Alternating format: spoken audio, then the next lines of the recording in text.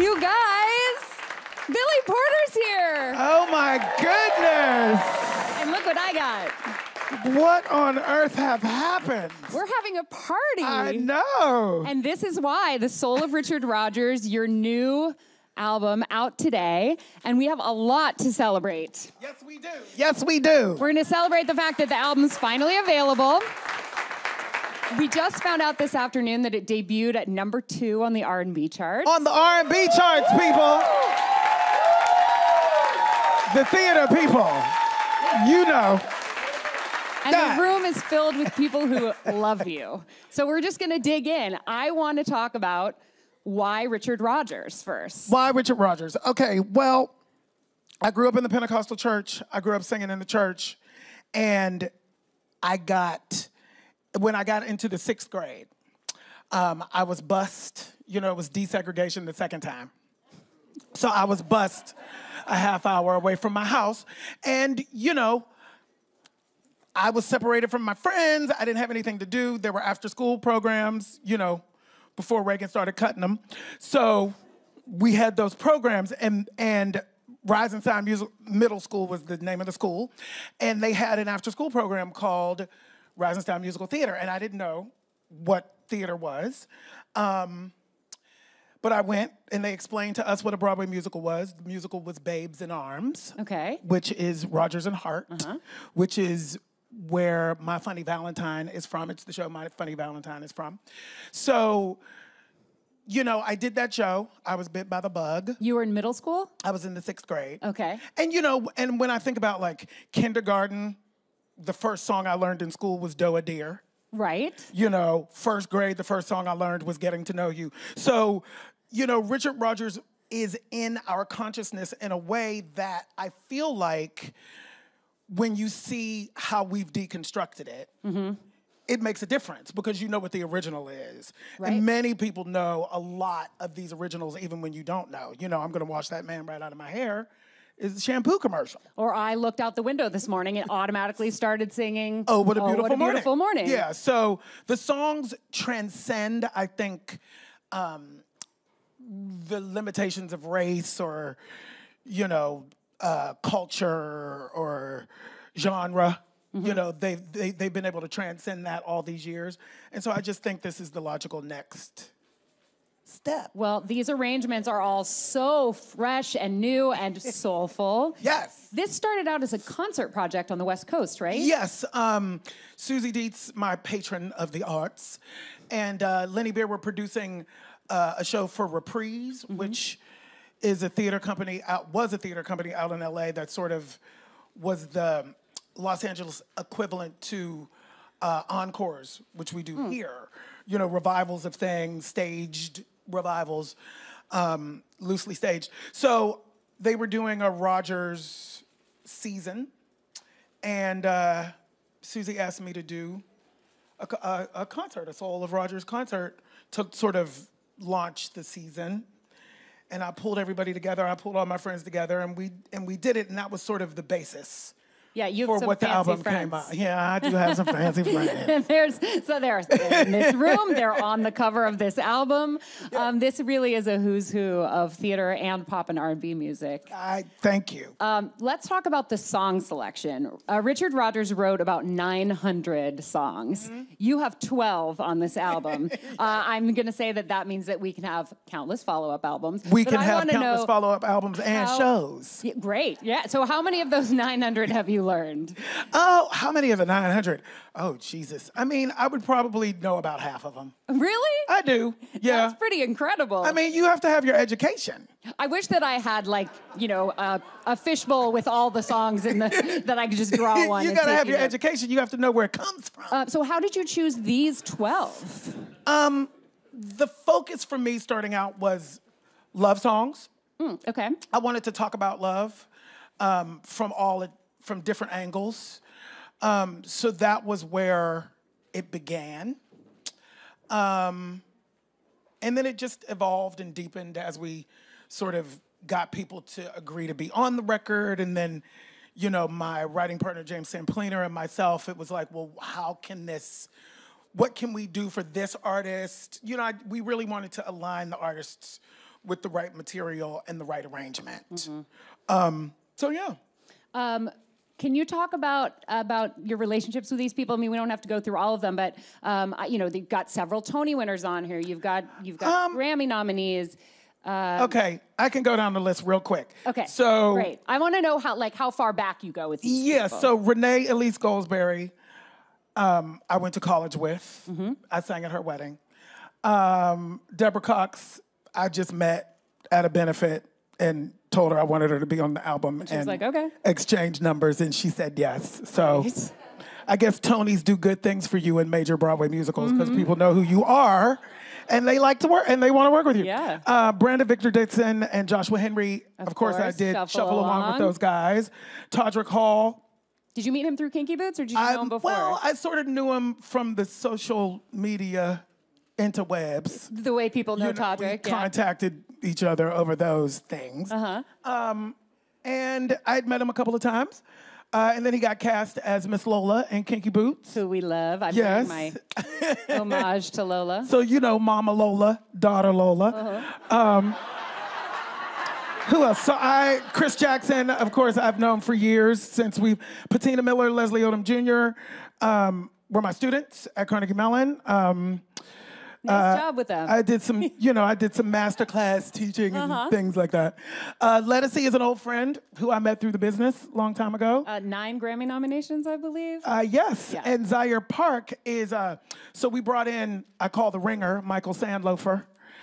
We call him Lofi. I brought in the ringer as the sort of hands-on sonic producer of the piece. And he brought in Zaire Park for us, who's a rapper. Yeah, I never would have guessed that there would be fusion of Richard Rodgers songs and rap, but like, I'm gonna wash that man right out of my hair. Well, yes, I mean, it's the rap started with when I chose Lady as a Tramp, which was one of the most popular. I was confused by the lyric. Because I've always been confused by that lyric too. Yeah, it's like she gets too hungry for dinner at 8. She loves the theater, never comes late. She never bothers for people she hates. That's why the ladies. It's like, so what are you saying? She's trampy. Like she doesn't. I don't know. She doesn't like foreplay. She just likes to. I don't know what you're saying. So. I want to honor the women in my life and in the world and explain to the people what the lyric actually means, which is it's about female empowerment. It's about independent women. It's about women being independent and doing what they want to do. So sometimes you got to create context so people can understand what it's about, and that's where the rap came in. Richard Rodgers wrote so many progressive songs and so many issues that feel really current. And I think You Have to Be Taught is a perfect example of that. Yeah, when you think about their Rodgers and Hammerstein musicals, if you think about Carousel, it's about domestic abuse. Yep. And she stays with him. If you talk about South Pacific, it's about racism. King and I, misogyny and racism, feminism, Sound of Music, they're trying to escape from the Nazis. I mean, they were dealing with big, epic, emotional, hot button issues in their day. Yeah. And I wanted to bring a light to that. There's so many layers of emotion in the lyrics and in the original versions, which I think lends itself so well to the soul and R&B, the layered, smooth, rich vocals and arrangements. Too. Thank you. Yeah, absolutely. I mean, I just really think every single song on this record, I was like, wow, I never would have imagined it that way, but it fits so perfectly. And in some cases, a track would start and I'd be like, this is beautiful. I don't know this song. And it wouldn't be until the chorus came in and I went, oh my gosh. Yeah. And instead of feeling sort of strange and different, it was like it gave me new insight into what the original versions were about. I think that's, James Sampliner, my writing partner, and myself, we really have worked for many years to embrace the classic with the contemporary. I've always been into the classic because you can't know where you're going until you know where you came from. You can't break the rules until you know the rules, and we never skipped that step. You know, so there's never anything that we put into the material that's going to take away from the original intent of the material. We really, really try to stay true to that. You do a great job with it. Thank you. I know you've been performing some of this material live, and you've got some additional tour dates coming up. What's the live experience like? Are you performing this track list? Are you mixing in some of your musical theater songs, Little Sexes in the Heel? Well, I do, you know, I do a Kinky Boots medley. Okay. And when I go out into the country, I take the boots. Yeah, I think I saw a picture on your Instagram of them in your suitcase. You know, that's what people know me for, so you have to give them the boots. But I do a combination of things from my last album, Billy's Back on Broadway, from this album, some soul stuff that's not from theater. But it was really interesting. I just came back from Florida. I just came back from the Midwest. In Indiana, I did like 9 shows in 12 days, and it was really wonderful to go into these places and go into them with love, go into them trying to reach across the aisle and have a conversation about how can we come together as a country, as human beings, and talk to each other and figure out how to love each other unconditionally, because that is the only thing that's going to fix what's going on right now. You know, we got a lot of stuff going on right now that we as Americans have to be present for. And as artists, we are the people who have always been able to reach across that aisle, who've always been able to have those kinds of uncomfortable conversations because it's coming through storytelling, because it's coming through music. And so I'm really honored and blessed to be able to do that. I bet the audiences are responding in an off-the-charts way. They are. Yeah. They are, and they're grateful. And it's from all different kinds of backgrounds, and, you know, it's been really special. That's great. I know you also did some traveling in Europe recently. I feel like I've been keeping in touch with you just because I follow you on all the social media. I know. Was that your honeymoon? You just got married a few months ago. I got married to my sweetheart. Yes. Nicely done by Adam Graham Porter Smith, who's sitting over there. You know, I was in a show last season called Shuffle Along. Yes. That closed. An incredible show. That closed a little early. Yep. So the good news with it closing early is that I got the whole summer to hang out with my now husband, and we went a lot of places, a lot of different places. Yes, we did. In the sun. Yes. The photos are great, and they're all still up, so I encourage people to check them out. I also would just like to acknowledge these incredible pants you're wearing. You like my pants? You have always just had the best style, and I think it actually relates to the album. Like you feel like it feels like you're always just so on the pulse of whatever's going on. Oh, whether it's the outfits, whether it's the music. Yeah. I'm trying. You know, theater is a special thing, and I've always been, you know, I've always wanted to make sure that it crosses over, that the conversation extends beyond simply theater people, but we're in the world. We're in the world, and we are of the world, and we want to be a part of that conversation. I hope this helps with that. I think that it will. I mean, you're going to get the rap and R&B fans. You're going to get the musical theater fans. You're going to get the old people, the young people. I was going to say the old ladies, but I love the old ladies. I just did 9 concerts for my fans. They're my fans. They're my ladies, and I love them. Yeah.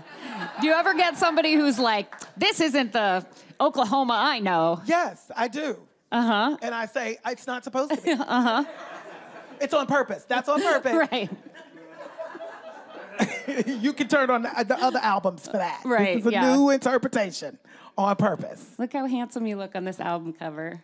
You're welcome. What does it mean to you to finally have this album, this labor of love that you've been working on so long, finally available today? You know, it's one of the things that I'm so proud of is musically, as a recording artist, you know, coming from all of these different worlds and trying to wrangle what my own voice is inside of it. This is representative of that for me, and I'm very, very proud of that. I'm proud of that. It's exciting, I bet, to be able to like finally get get the feedback. Yes. Because when you're listening to it in the studio, you're like, I know this is great, but now everybody can share that with you. Yes, after all these years. We're kicking it great. off tonight. So do you have a favorite song on the record, or is that like asking you to pick, your children? I'm not going to pick favorites. I'm not going to pick favorites, but I will say the one song that resonates the most right in this moment because of the state of our world, as well as other things, is Carefully Taught. That idea came post-election. That song was not on the record before the election. It came post-election, and India Ari had come to see Shuffle Along, and she is, the person I put on. Her music is one of the people that I put on when I need to encourage myself, and so the fact that she came to the show and, she really reached out to me in particular, and, I had the idea for her to do this, and she said yes. And, before the recording, when you listen to the song out of context, in the show, you have context, and so you get to this part in South Pacific, and, the white lady who we've fallen in love with, finds out that the man that she has fallen in love with essentially has black kids, and she rejects him. And it's like the rug has been pulled out from under you. Your breath has been hit out of your stomach. And then the lead, Emil Debeck, I believe his name is, sings this song, You've Got to Be Carefully Taught. You've got to be taught to hate and fear. You've got to be taught from year to year. It's got to be taught. It's got to be carefully taught. And when you have context, the lyric makes sense. But when you don't have context, it can sort of sound like you're endorsing it. You think? Yeah, if you don't have context, it can. I just automatically put that song in the context of the world we live in. Well, yes, of course. Like, some people aren't smart enough for that, as we've learned. So, touche. So, sometimes you have to spoon feed the children. And I didn't know how we were going to do it. And I was thinking and racking my brain, and India came in for the session, and I thought it was going to be a solo, first of all. So we get her in the studio, and she informs me that she wants it to be a duet. I was like, well, yes, let me not fangirl out right now and go to the bathroom and warm up. But she stood in front of the microphone, and she, her energy, just her grace, her calm, healing Mother Earth energy. And she started this sort of like, and she said, do you have the courage to love somebody? And she just repeated it over and over, and the tears just flew from my eyes because instinctively she understood it needed context too. Wow. The context, do you have the courage? The question, do you have the courage to love somebody? Because in today's day and age, it is courageous. It's an act of courage. It's an act of resistance to love those who you don't understand. And so the fact that she created that context and that bed for us to just nestle in, it was remarkable. And it's do you have the courage to love is what's the inscription inside our rings for my wedding. So it's a special song for us, yeah. That was an incredible answer.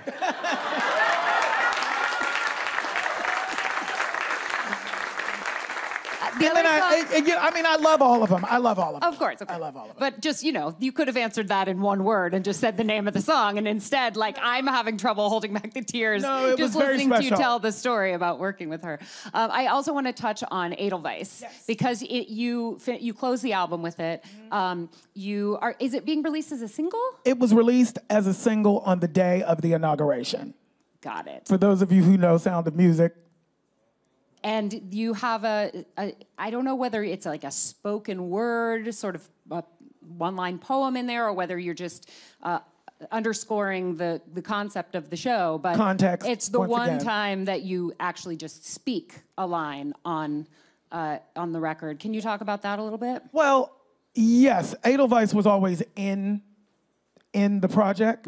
Once again, after the election, it took on a different meaning, and my idea to have it released on the day of the inauguration was specific and on purpose. Once again, the Von Trapp family sings that song as they're trying to escape Austria before Nazi occupation. So, you know, it was very specific. I was doing it on purpose, once again.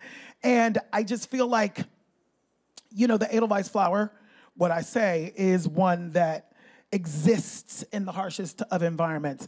And, you know, it blooms in the cold and snow and reminds us that we can and must flourish in the darkest of times. I know that it can feel dark right now. You know, it just happens like that. The world happens like that. Life happens like that. But do not be afraid. Do not lose hope. It's all we have. It's all we have. We gotta come together. It's the only thing we got. So that's what I wanted the song to be. It resonates and is so beautiful, and I'm so glad that you're using that to create beauty and to create art. And I think that this album is its own Edelweiss. Oh, thank you so much. We have time to take a couple of questions from the audience. Sure, yes. Hey, Hi. Billy. Hey, thank you for being here. Congrats on the album. Thanks for having me, AOL Build. Yeah. Woo. So this is kind of a two-part question. On your last album, Corner of Soul and Broadway, you sing... 2 albums ago. Two albums ago. You sing Last Midnight. Yes. And I forget if you mentioned this on the album, but is it true that you were in talks to play the witch in the revival? Yes. I had auditioned for another part. I was called back for the witch. It went very, very, very far. You know, the conversation went very far. Which production was this for? The revival. The revival in 2001. Okay. So if you remember, 9/11 happened, and I did not. Are you, is that something you're still interested in? No. What was the second part of your question? I want to do my own shit now. Woo! Well, I just want to say, I wish that would have happened because that would have been so epic. But the second part of my question is, if you could pick a role, and regardless of gender, race, age, whatever, is there a role that you'd want to dig your teeth into, and why? I did it. It's called Miss Lola in Kinky Boots. It could never have happened. Kinky Boots could never have happened for me in the way that it has if I didn't make the choice years ago to really, really dig my heels in. And when everybody told me, no pun intended, when everybody told me no, when everybody told me who I am and what I am would never work, I did not believe them, and I kept moving forward. And that is the dream. It doesn't get no better than that. It doesn't get no better than Miss Lola. And the show is still going strong, 4+ years in. And every performance of Lola around the world. Around the world. Is around the world. an homage to the creation that you made. It's the original dream. Stage. It's the original dream come true. It's like you can't dream bigger. It's like my mother always says, God has bigger plans for you than you could ever dream for yourself. I spent so many years trying to fit myself, you know, in other people's stuff and other stuff because it was the only thing that I could see. The only thing I could see was me being the first black Bobby and Company or the first black so-and-so and such and such. It never occurred to me that I could be the first, period. And that's what Kinky Boots is about.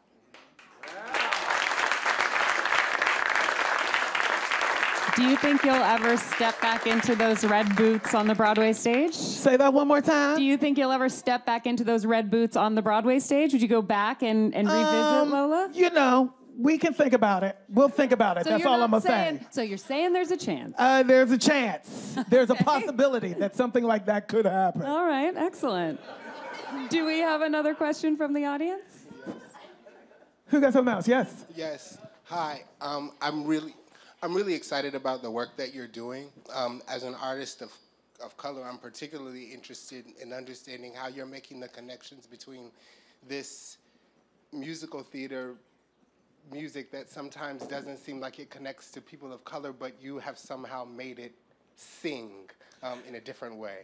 It saved my life. Theater saved my life. My childhood was traumatic. And the thing that got me out was that, and the people who were involved with theater, you know, it was the people, it was the activity, it was the environment that literally changed the trajectory of my life. And so it's been my life's mission to bring all of those worlds together through this conduit. And I've been chipping away at it for years. You know, I've been chipping away. I had a deal in the 90s, an R&B deal in the 90s, where they didn't even want me to talk about my theater stuff because it was the kiss of death. You know, and I lived through that. So I know what that is about. But you must honor the truth of who you are, for better or for worse. You can't change that. And so that's what I'm trying to do. And it looks like it's going all right. I can tell you one thing. I know you're paying it forward. India Reed's out there, y'all. Oh, India! Woo! Thanks for coming.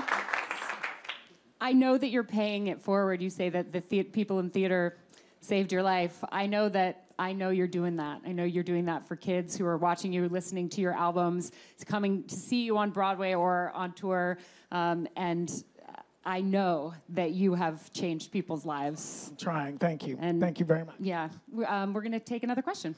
Yeah, I have one question. First of all, Billy, congratulations on your marriage and, of course, on the launching of this new album. And obviously, the legacy of Richard Rodgers speaks for itself. And thank you for bringing these songs to life in your own special way. I want to know what your inspiration is. What gets Billy Porter out of bed every morning? What is it in these very difficult, as you mentioned earlier, challenging times, and in your industry, very competitive days and nights? Yeah. What is it that gets you up every morning, that makes you the beautiful, energetic, wonderful, talented, incredible performer that you are? My mother, first and foremost, Clorinda Jean Johnson Porter Ford. You know, my mother is the strongest, most complete human being I've ever met. You know, she was born with a degenerative disability that has only progressed and worsened to the point where she's now in the Actors Fund nursing home in New Jersey, and slowly, every day, loses more and more mobility.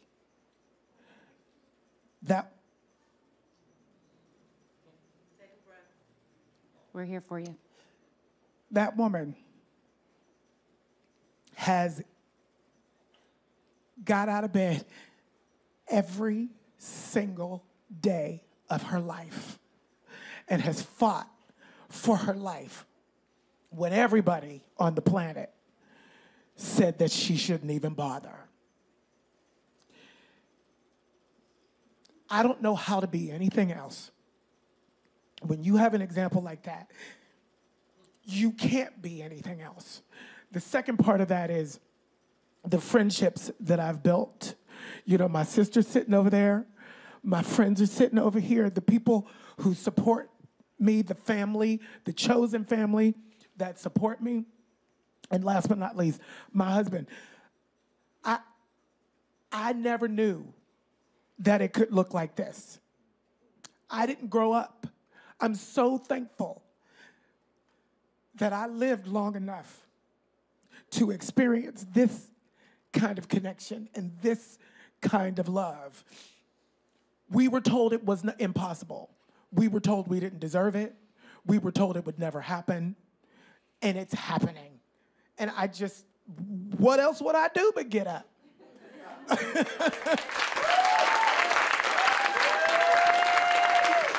I can't think of a more beautiful sentiment to end on. Billy Porter, you are a fantastic, gorgeous human being. You're an incredible artist. We are all blessed to know you, and I'm so thrilled that the world gets to hear this new incarnation of your life's work. Thank you. Thank you so much. Thank you. Thanks, guys.